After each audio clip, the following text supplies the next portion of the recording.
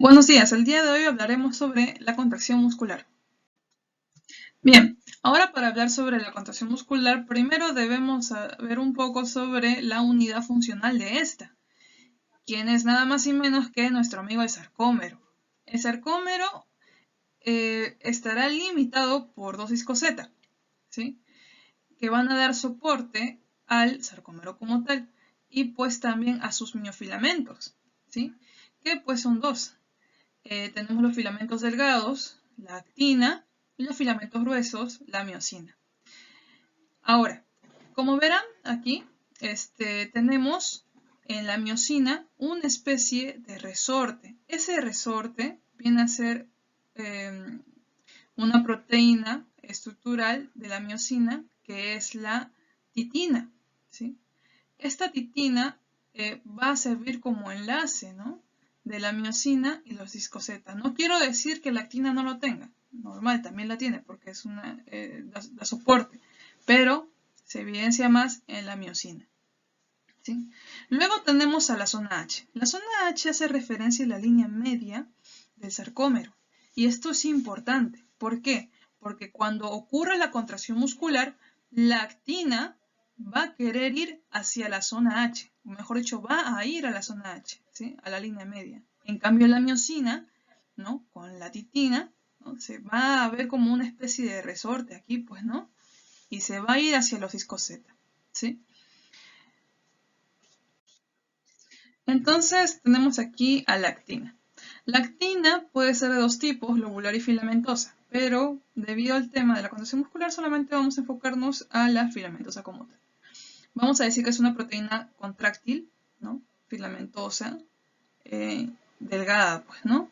Está compuesta a manera de doble hélice, como lo vemos aquí en la imagen, y pues, si se dan cuenta y son observadores, van a tener unos puntitos negros.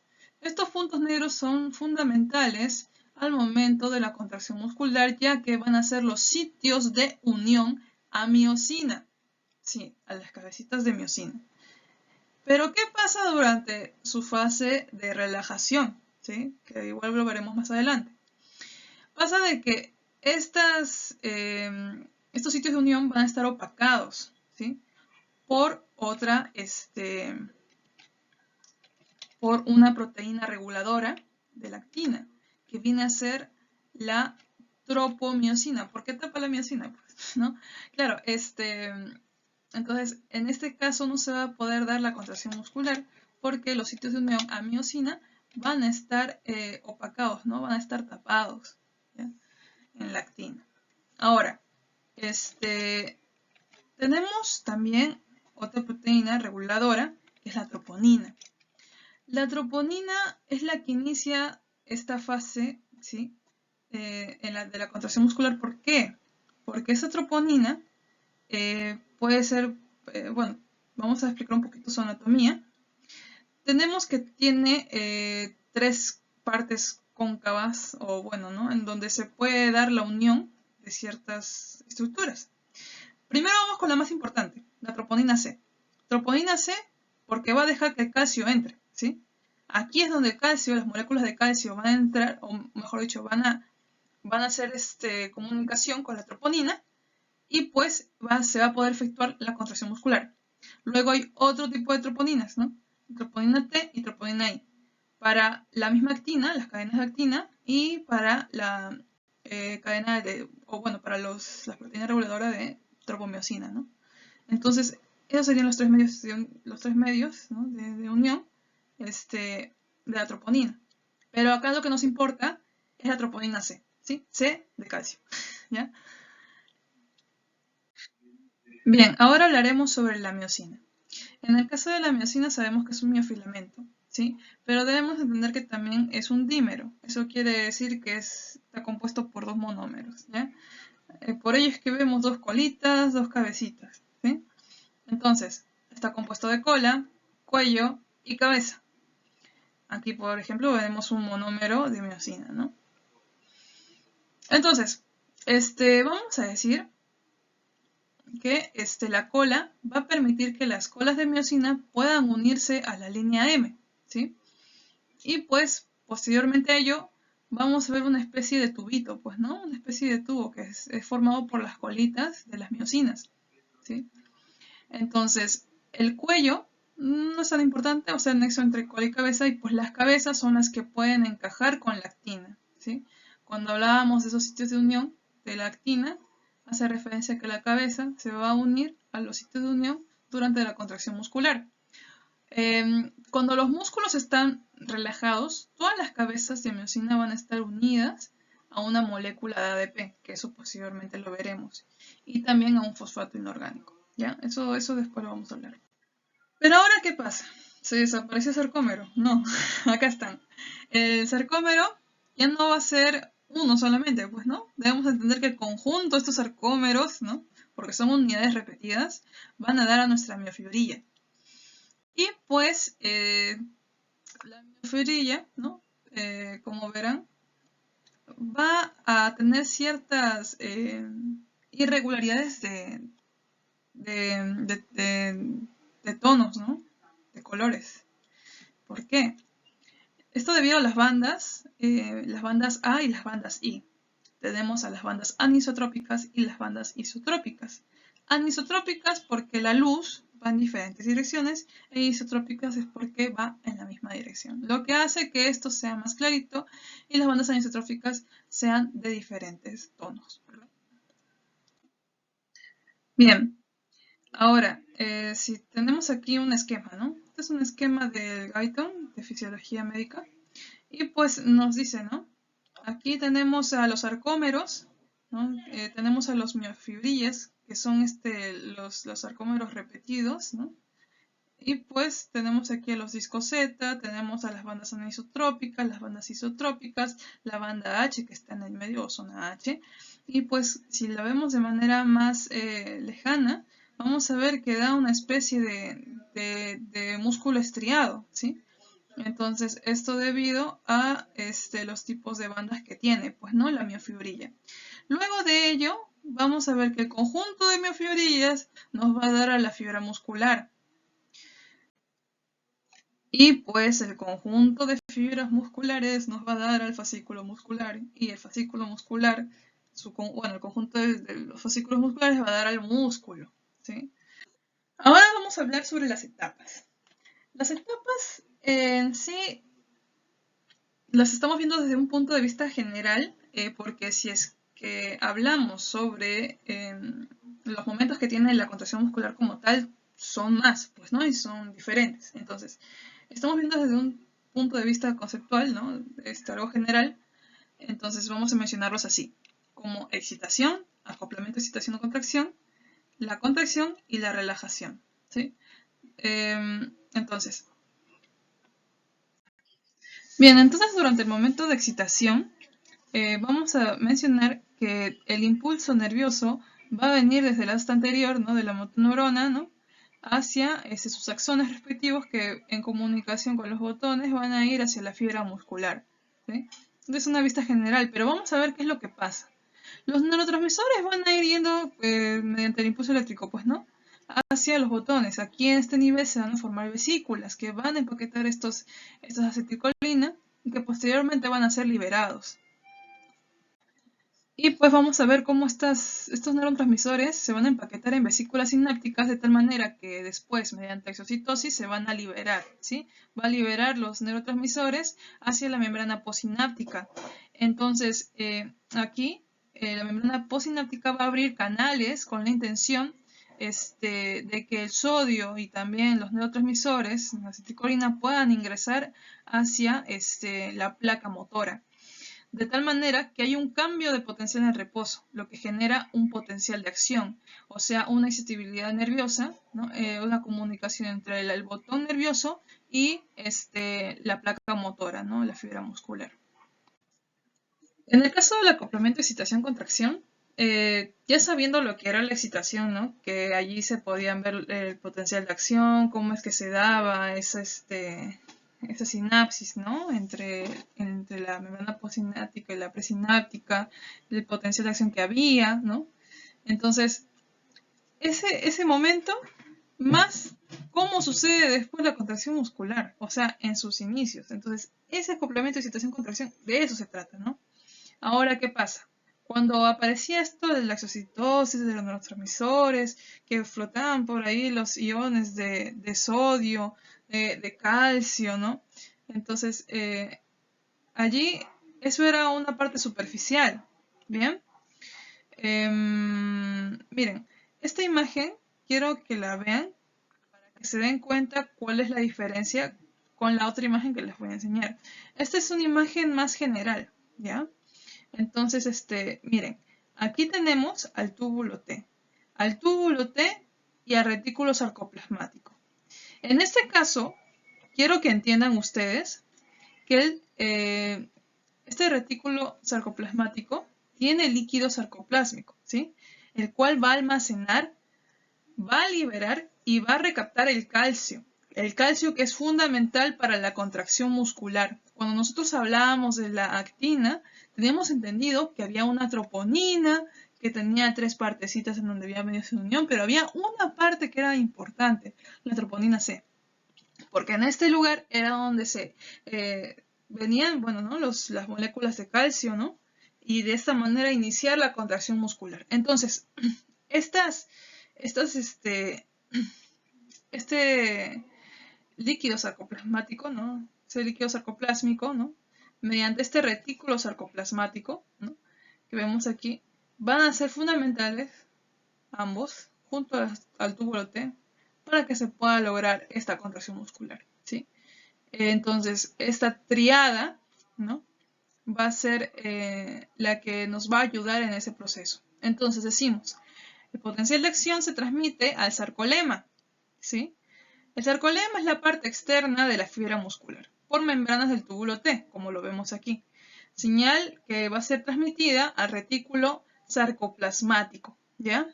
Y este de aquí va a liberar las moléculas de calcio, ¿ya?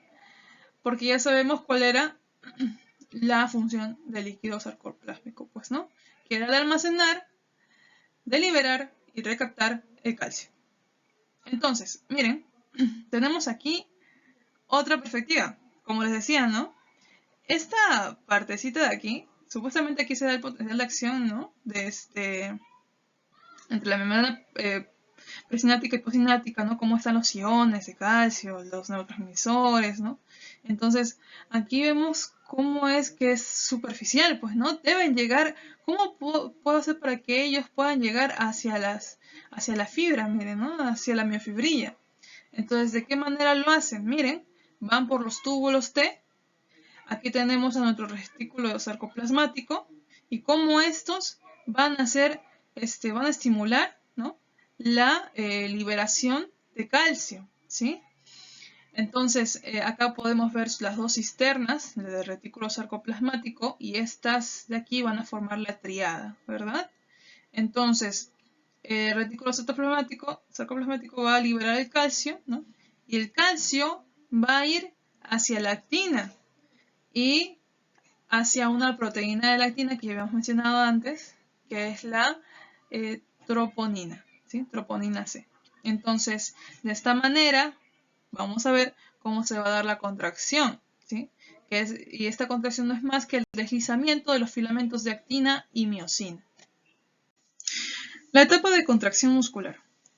Bien, ya hemos visto más o menos cómo es este punto, así que, a ver, miren, habíamos mencionado de que en reposo estos filamentos de actina van a tener ciertas proteínas reguladoras como la tropomiosina y la troponina, ¿sí? Entonces, aquí vamos a ver una imagen, bueno, aquí vemos una imagen, ¿no? De estas cadenas filamentosas de la actina. Y pues, como ven, aquí está opacado, ¿no? Está opacado por cuál estructura, ¿no? Estos sitios de unión, por la tropomiosina. La tropomiosina se va a encargar de tapar estos sitios de unión de la actina para que no pueda efectuarse la contracción muscular. Obviamente, porque está en un estado de reposo, ¿ya? Hasta que nuestro amigo retículo sarcoplasmático libere sus calcios. Los calcios van por ahí flotando, así por montones, ¿no? Y se comunican con una de estas troponinas C. esa troponina C le manda la información a la actina. La actina le dice a la tropomiosina, lárgate de ahí. Entonces deja a los sitios de unión libres, ¿sí? Libres para que puedan ser felices ¿con quién? Con esta cabecita de acá de la miosina, ¿ya? Entonces, vamos a decir que este desplazamiento va a mostrar los puntos activos de la actina, ¿sí? Y miren qué va a pasar. Por otro lado, nuestra amiga la miosina está ahí toda happy, ¿no? Está en su etapa de relajación. Entra el ATP, ¿no? Y por motivo de una enzima llamada ATPasa, se va a hidrolizar. Se va a hidrolizar y se va a convertir en ADP más un fosfato inorgánico. Entonces, las cabezas de miosina se inclinan a liberar el fosfato inorgánico, provocando el deslizamiento sobre la actina. O sea, aquí ya va a ocurrir la contracción muscular, miren. Y mira qué es lo que pasa. Ya no está tapado. La tropomiosina se fue a un lado, ¿sí? Ya están libres los puntos activos de la actina para que puedan ser felices con las miosinas. Entonces, aquí, para que luego ocurra, o sea, acá ya se está dando el movimiento, ¿sí? En un ratito lo veremos de una manera más estructural. Para que pueda ocurrir otra vez la fase de relajación, ¿qué tiene que pasar?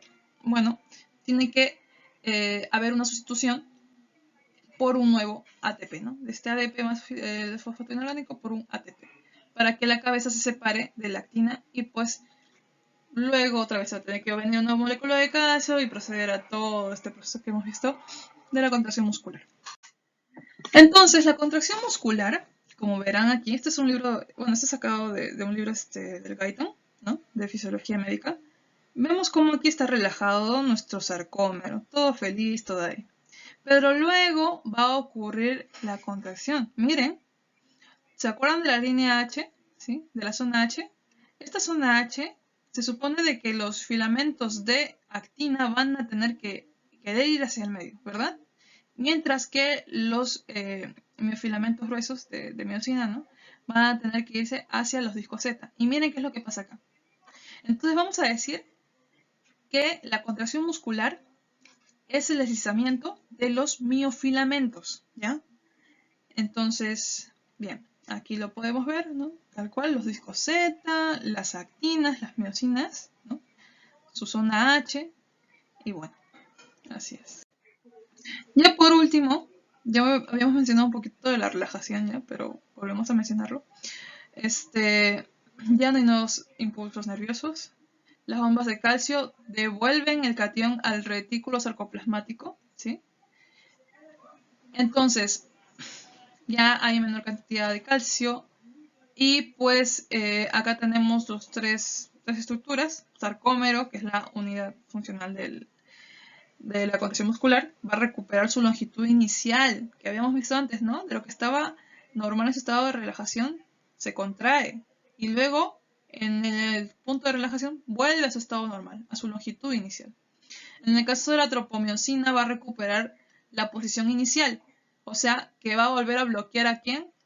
A los sitios de unión, pues, ¿no? A miosina, ¿no? O sea, a los sitios activos de la actina. Va también en el caso de la troponina, va a quedarse libre, pues ya no va a tener esa unión con el calcio, ¿ya? Y bueno, otra vez, pues, ¿no? Va a estar ahí junto a la actina. En este punto sí ya mucha letra, ¿no? Ya. En este punto es respecto a los mecanismos de la contracción muscular, ¿sí? Estos son varios pasitos, son 8. En este caso, dice un potencial de acción a lo largo de la fibra motora, lo que habíamos visto antes, hasta sus terminales sobre las fibras musculares. En cada terminal el nervio va a secretar una pequeña cantidad de acetilcolina que ya habíamos visto. La acetilcolina actúa abriendo múltiples canales de cationes activados por la acetilcolina.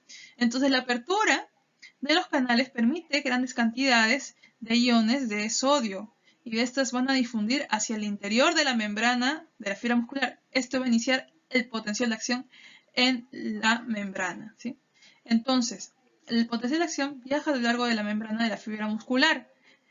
El potencial de acción va a despolarizar la membrana muscular y buena parte de la electricidad de potencial de acción va a fluir a través del centro de la fibra muscular hacia lo que es el retículo sarcoplasmático, ¿sí?